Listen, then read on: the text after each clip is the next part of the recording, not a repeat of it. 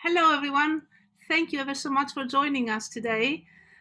This seems to be a really exciting event. Just to let you know that this event is being recorded. Okay, are we ready to go? Shall I introduce first of all? So I'm going to start from Chris Hawley, who is a visual artist. And she has a long commitment and long history with South Hill Park. And then I move on to introduce you to Aurélie Freoua. She's a musician. She has a really interesting background from science, mathematics, music, arts. She's very much into jazz. I'm not gonna tire you with lots of information about people. Then I'm going to introduce you to Dee Byrne. Apologies if I'm not pronouncing it properly. Loz Speyer, Henrik Jensen, and Steve. So welcome everyone. I'm going to switch off my video now, and we're looking forward to you.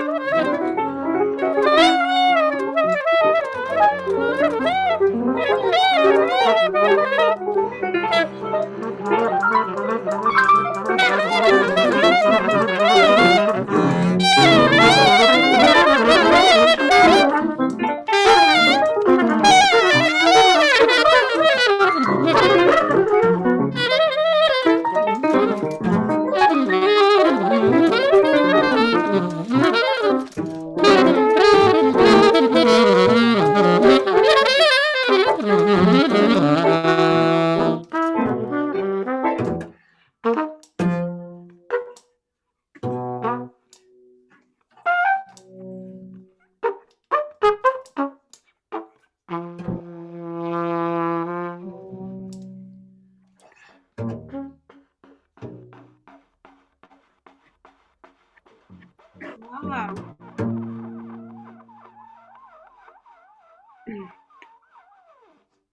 That was just amazing.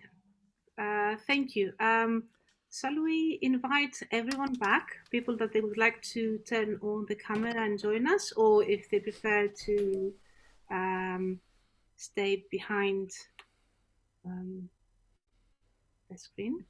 And shall we start the conversation? Would you like actually? Shall I leave the artist to talk? Like everyone to say a line about themselves, and then we can start talking about your work, your performance, how music is influencing your practice, how the musicians find how their music, or find how they get inspired, or how the art is, like the drawing, the painting is influencing their music, and so on. So shall we start from Chris first of all? Okay, thank you. Hello, everyone. I just want to thank and applaud the musicians. So if all of you at home, you'll applaud the musicians. Thank you. Great job, guys. Thank you. Okay. Yeah, so I'm Chris Holley, and my visual art practice is informed hugely by music and also by dance, and somehow it tries to find a place between the two, between the music and between the dance. So I've done lots of choreography, lots of dance, and still do. I do flamenco in particular, and I'm a visual artist also. So that's my, in a nutshell, that's my story. Let's move on to Aurélie then. Hello everyone. I came in London in 2011, and since then amazing discovery. I started by doing painting like in an abstract way. I love expressing myself with color and shape, like, as you can see, but also like then I discovered the jazz musicians improvisation, and the way they improvise is really, I feel really connected to the way they play, and I realized that the color come in a really spontaneous way when I hear the song, and so that's the idea, is really to follow the spontaneity of the emotions that come to you when you create, inspired by the sounds. And I've done a lot of live painting improvisation at the Beresford since 2017. It's been an amazing journey. And yeah, so that's mostly what I've done. Brilliant, thank you. Loz, would you like to talk, to say a few words? We don't hear you, Loz. You can't hear me? Oh, Okay, we hear you. Can you hear me? No, can now. Yes. My name's Loz Speyer, and I play trumpet, as you saw. I guess I've been exploring the kind of areas between jazz and improvised music as kind of two distinct things that overlap for a number of years, with particularly with my group Inner Space, and other things like Cuban music and area between that and jazz with my group Time Zone, and then lately, with the impossibility of getting any kind of live group together in the same room, we started this Zoom thing, which I called Spherical Improv. It came out of conversations with Aurélie, actually, who was already doing this arts improvised music thing, and then Dee and Steve have been doing that. There's a kind of pool of about 10 musicians and 2 artists involved in this.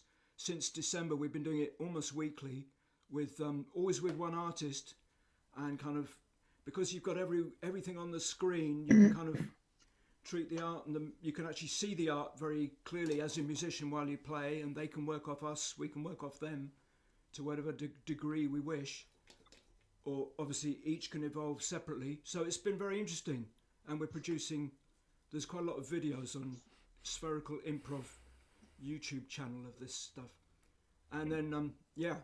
Okay, thank you. That's it for now. Thanks. And Dee, would you like to introduce yourself? Oh, thanks. Hi, I'm Dee Byrne, play saxophone, and also, like Loz, actually, I'm interested in the area of jazz and free improvisation and how they meet. And I really enjoy playing music, improvising while visual artists are sort of capturing what we're doing. I have to say that I actually close my eyes when I improvise, but the feeling of having that connection, I don't think I have to see it to feel the connection of someone making art. So I feel that I enjoy the interaction we have before talking about it. When we do the improvisations with Loz, often we do a few short improvisations, and we look at we look at the artwork. So it's an ongoing process. So I find it very inspirational and enjoy it. Thank you. Thank you. And Steve, would you like to say a few words about yourself? Yeah, my name's Steve Beresford, and I've been playing free improvisation or spontaneous music or instant composition, whatever you want to call it, but not jazz, because I don't play jazz. Although I love jazz dearly, I don't play it. And I've been doing that since like the late 60s, early 70s. So a long time. And I would say that my relationship with visual art is quite strong, but more in a parallel way, the way Merce Cunningham's dance company used to work with John Cage, was in a parallel. John Cage would make music, and Merce Cunningham's dancers would dance, and that would just happen at the same time. I kind of like that relationship. But I'm certainly very influenced by art, particularly artists who have a strong relationship to music anyway. I'm thinking of Kandinsky, who is a big friend of Schoenberg's, Paul Klee, who is himself a musician, and also Joseph Cornell, who's a completely different sort of artist, but was very influenced by music. That's it.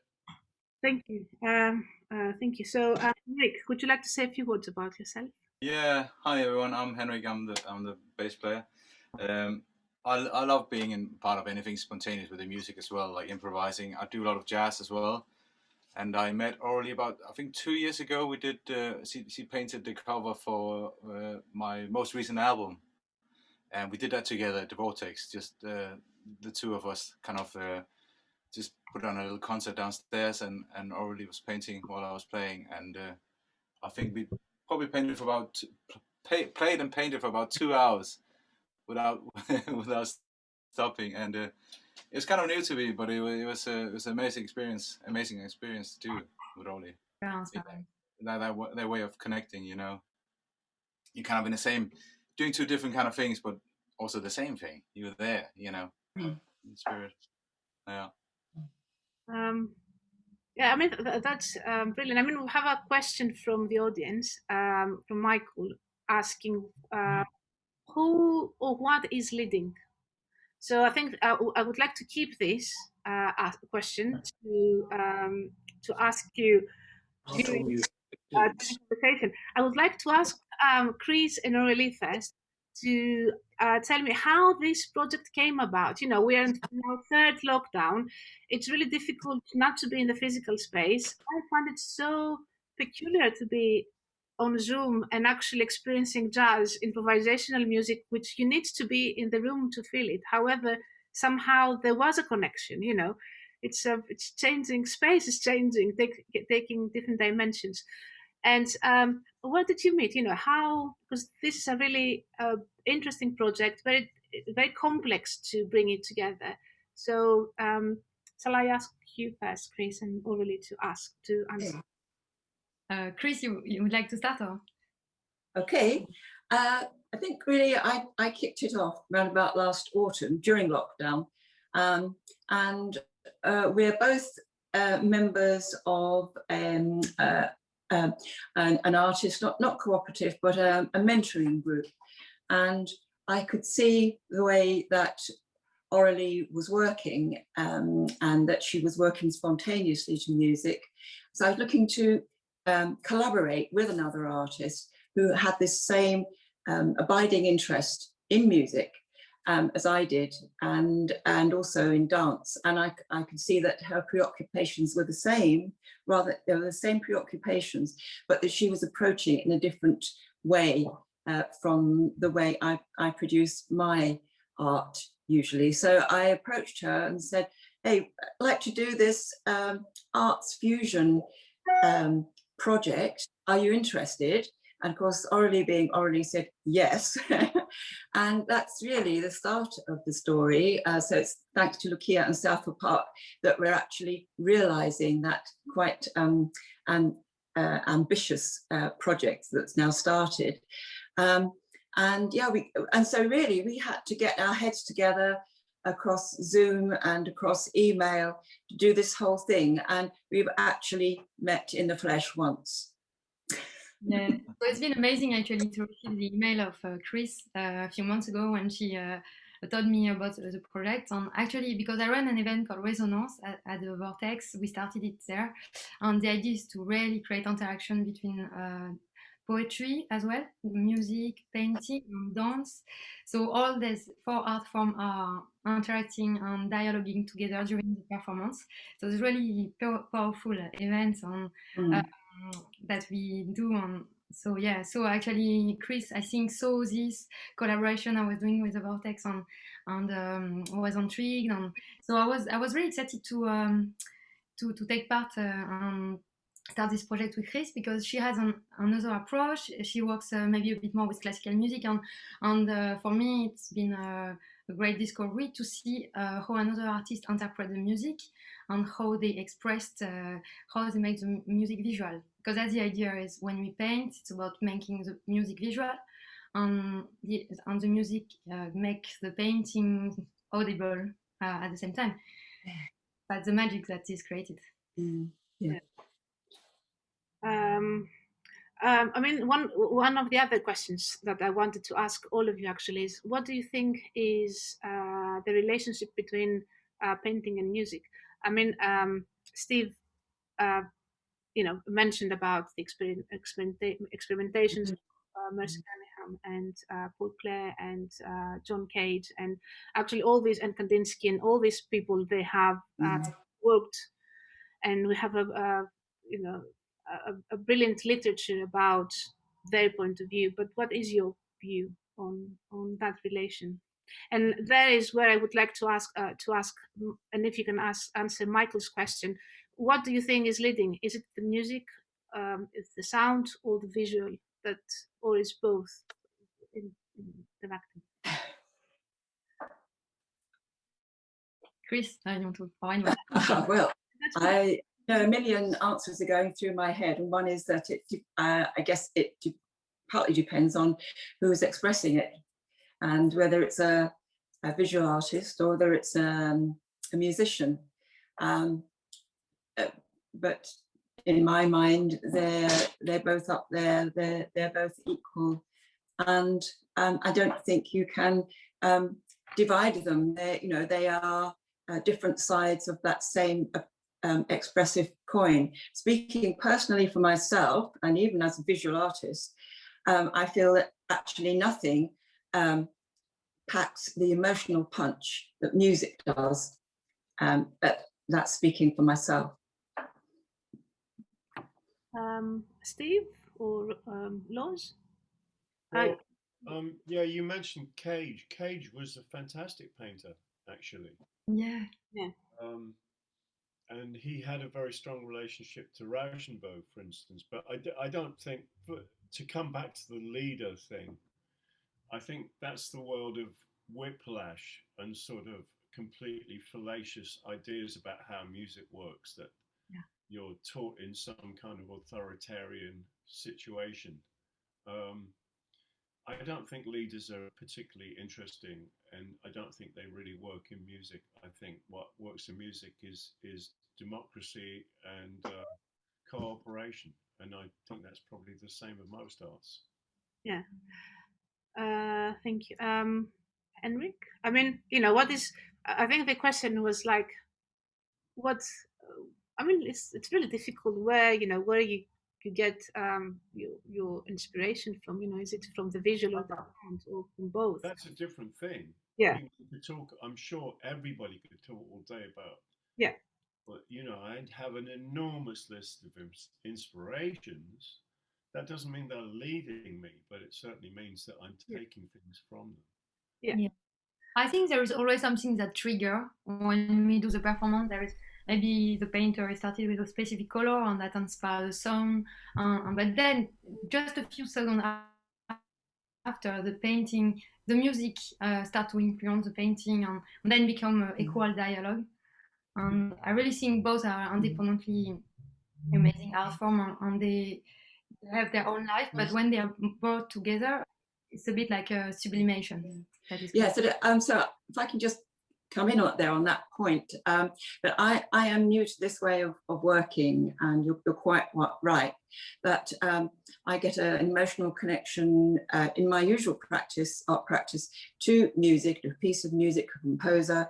I will listen to it, I will internalize it. Over a period of time, I will decide on the color palette, the character of the music, and lots of other elements. And only then will I come to paint it.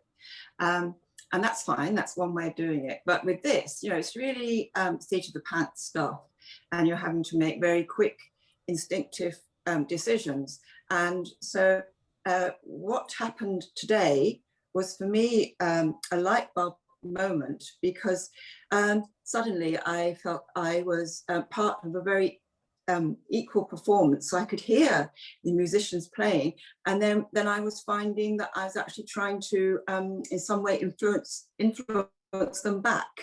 So I could feel this two-way thing happening, and that's an amazing thing. And that actually takes me to my flamenco performance and working with my guitarist, because I'm in that same place in my brain when I'm improvising and dancing and working with your work. There's this wonderful empathy between you and the musician, and it just got me in that same emotional and mental place. So it's quite a renaissance moment for me.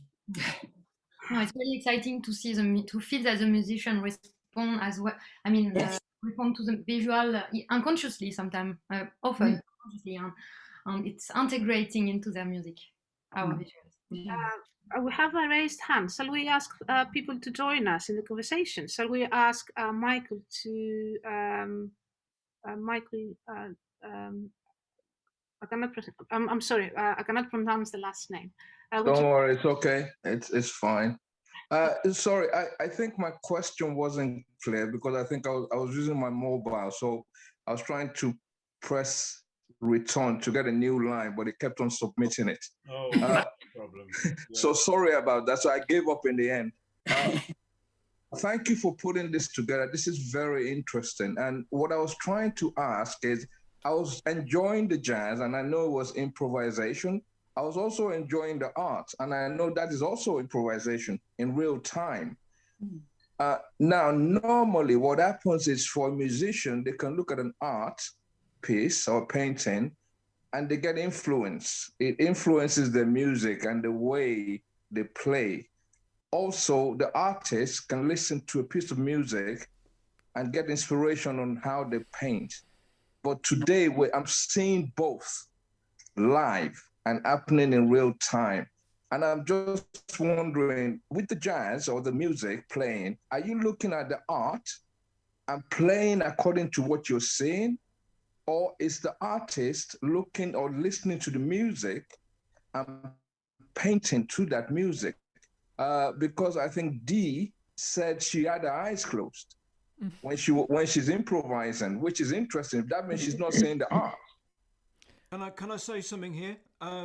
Yes. I think what Steve said earlier on about the two running parallel was kind of interesting. I think that's what happens even within improvised music, that nobody is leading, and you kind of stay out of the way of leading. As soon as you find yourself leading, you back off and see, or the lead can change very rapidly or be non-existent. And the kind of principle of it is that collectiveness. And I think the same thing's happening here between the music and the art, that nobody's leading, nobody's even following anyone. It's simultaneous. We're aware of each other, but it's got to be, the only connection can be totally subjective. We're not reading a score. It's a totally subjective thing. It's fine for somebody to have their eyes shut or be looking the other way, if that's your way to connect with it. It's fine to look at it closely or listen to it closely, if that's your way. And neither is superior to the other. We're working at many levels at once, consciously and unconsciously. And there's a kind of principle of avoiding dominating. That's definitely a principle in improvised music. I think it's there in jazz, except that jazz tends to use composition. So then you come into an issue about who composed it. But, the idea of improvisation is very, very big in jazz too. So that principle is also there. Thank you. sometimes the leaders just whoever managed to get everyone in the room together or on the screen together, and then you want them out of the way as quick as possible. The leader, in my experience of leading bands, all I really want to do is just play. And I'm one of these people who organises stuff in order to play, not in order to lead, in order to play. And playing is equal. That's it. That's one. Then I think, what I've experienced here tonight or this afternoon, it's been wonderful. And I think, you guys have got something new here, to have this type of arrangement. It's very, very wonderful. Thank you very much. Thank you very much. Thank you.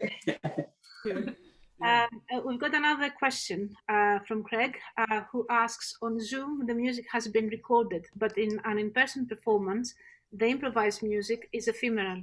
Where are the visual artists, the visual art remains. So how do the musicians feel about the difference in legacy of your work? There's a huge legacy of improvisation. There are millions and millions of records that you can go out and buy of free improvisation. I mean, that's been going on for 50 years.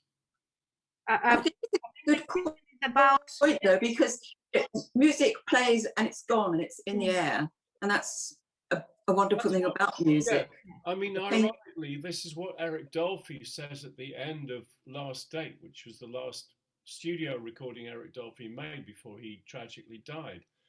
But of course, that statement is not true. You just listen to a record of Eric Dolphy playing. It's not in the air. It's actually on vinyl.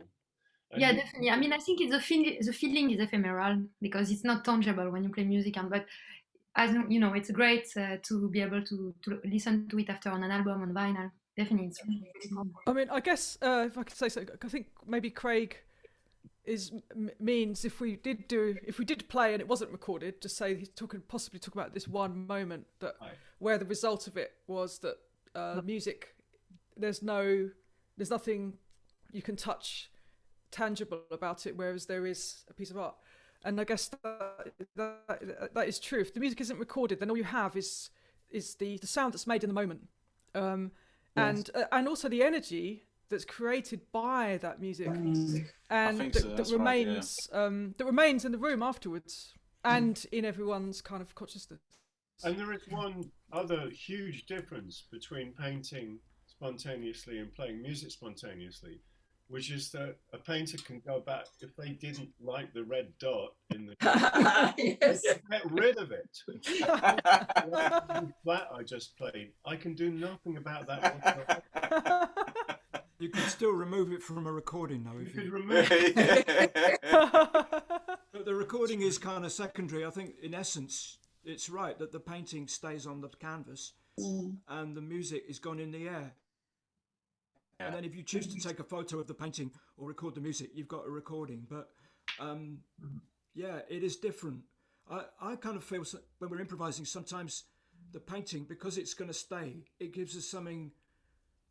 Like, it gives us a focus that the music wouldn't otherwise have, because it's in the nature of it being kind of a permanent mark on a piece of something. It can give it a focus just because of that nature of it. But likewise, I guess music has its own focus, even though it's gone. Yeah, there was a club in Stoke Newington for a while, where it was strictly prohibited to take photographs, to record any of the music. The idea was and it did focus you as a punter. You were very focused because you thought, I'm never going to hear this again. Literally, I really cannot. Yes. Actually, I don't really listen to many recordings made because everybody records everything nowadays. If I spent my entire life listening to records of things that I did, then I wouldn't do any more music. But yeah, usually it's recorded, but there was this specific club where that was not allowed for a very specific reason, which is not touched on that reason. Thank you. Anyone, any other question, or shall I ask myself about what do you hope that the public will take away from this project, from this work?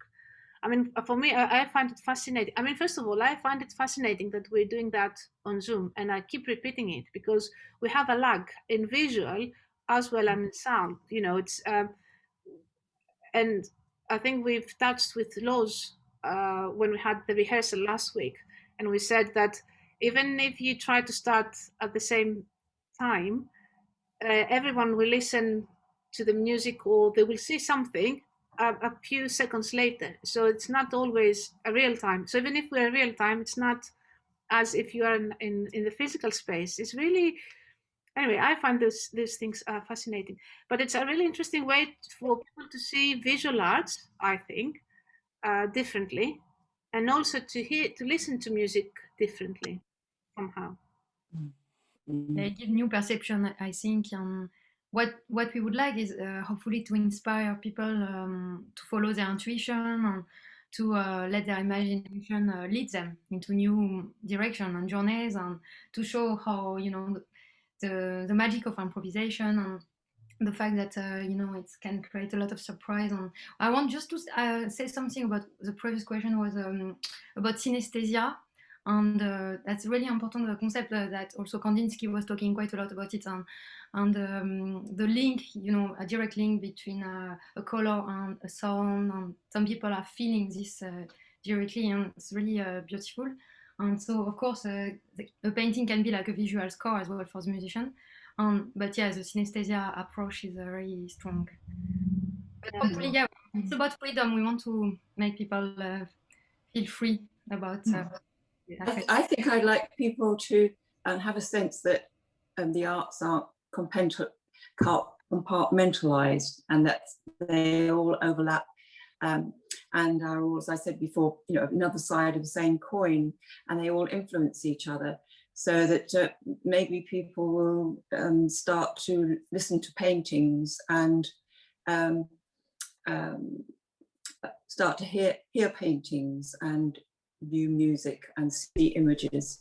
And I'm not a synesthete, I don't have synesthesia, but you can develop that sensibility of colour.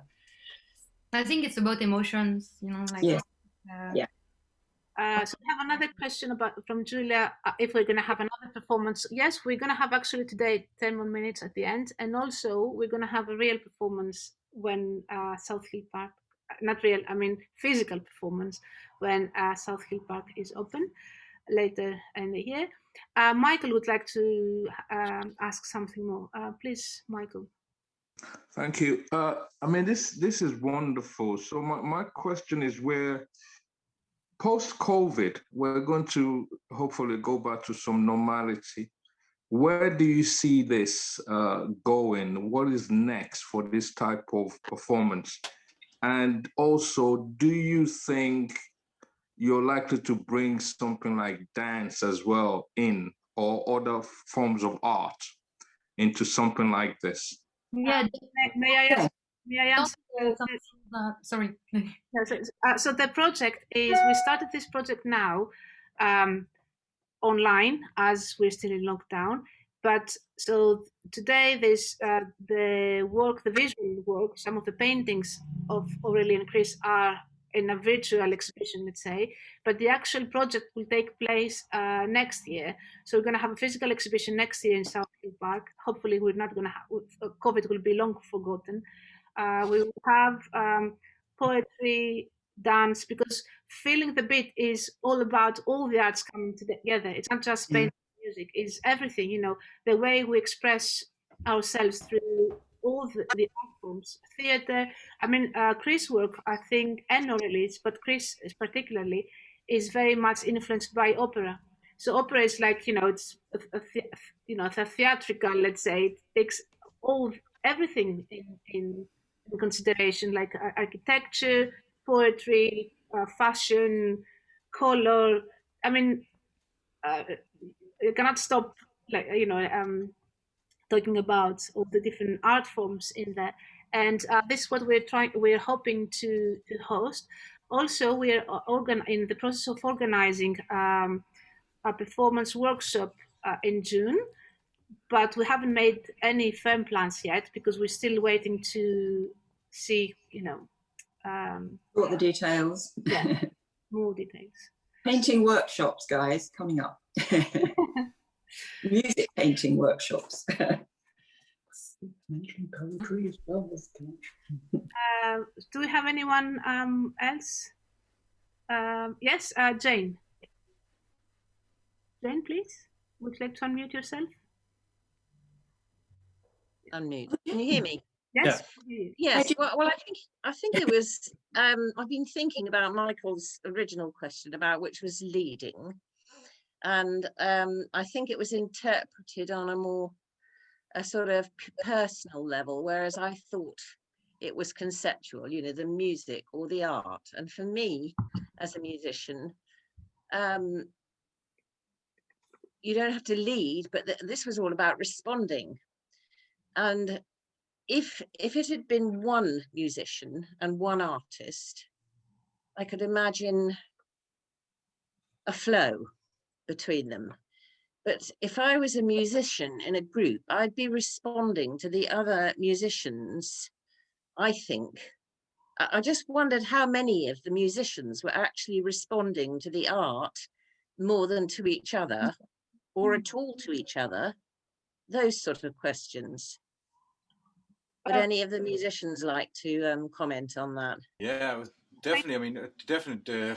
For me personally, I have to listen to the musicians, what they're playing, and in the sense that we talk about who's leading. For me, nobody's leading, but everybody is putting ideas out there.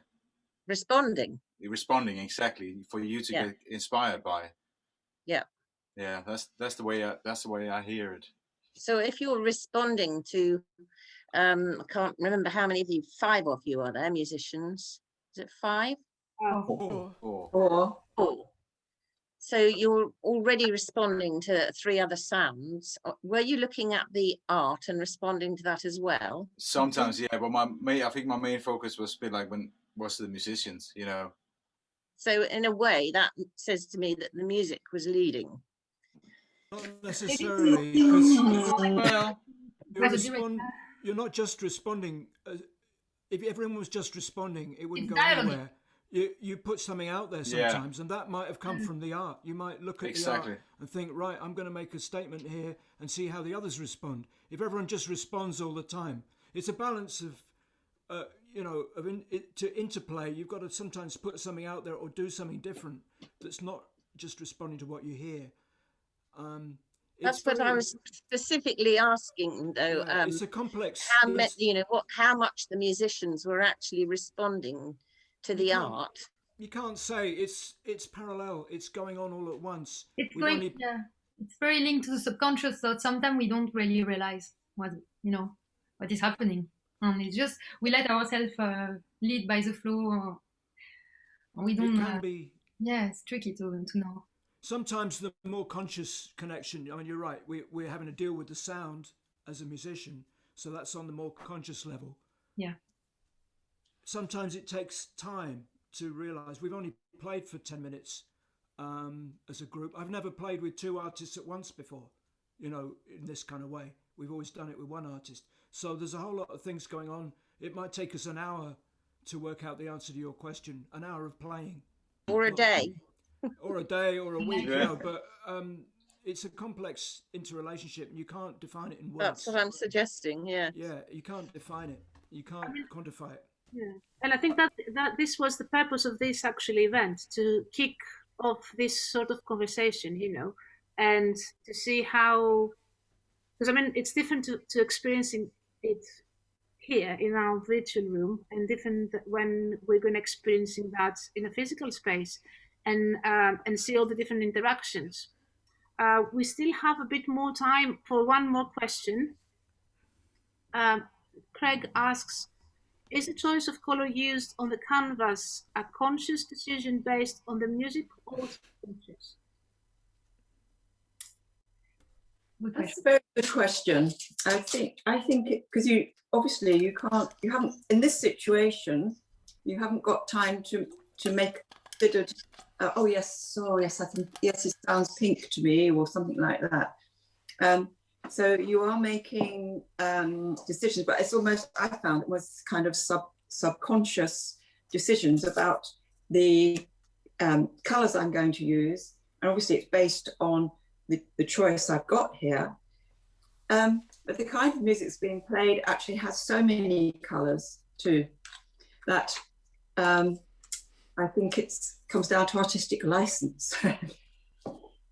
I think it's a bit of both, but it's quite a feeling. Sometimes we just want to use red or blue, and we don't know exactly why. We just feel that that's the right color to start with.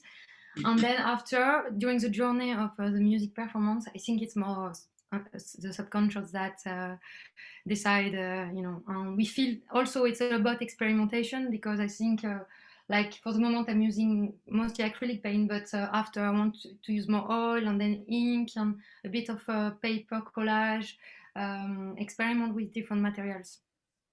And it's also linked to the subconscious feelings, and it's about the harmony of the canvas as well. At some point after, you just feel that it will be more harmonious to use this shape or this color.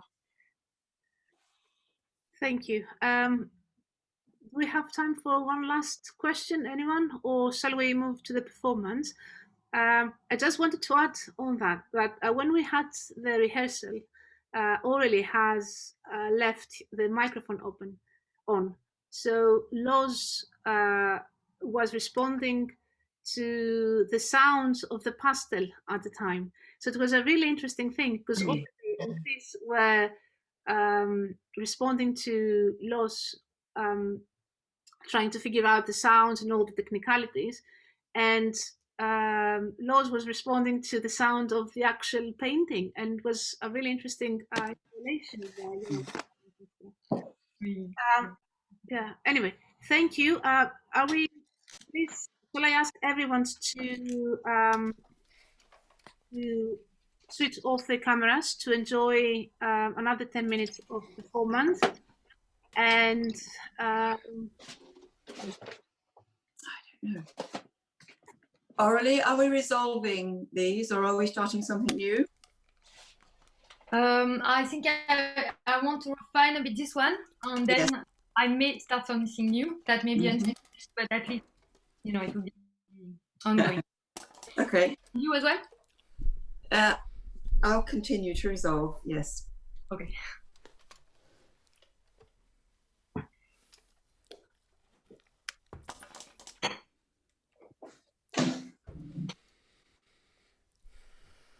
You are good. Yes. Good.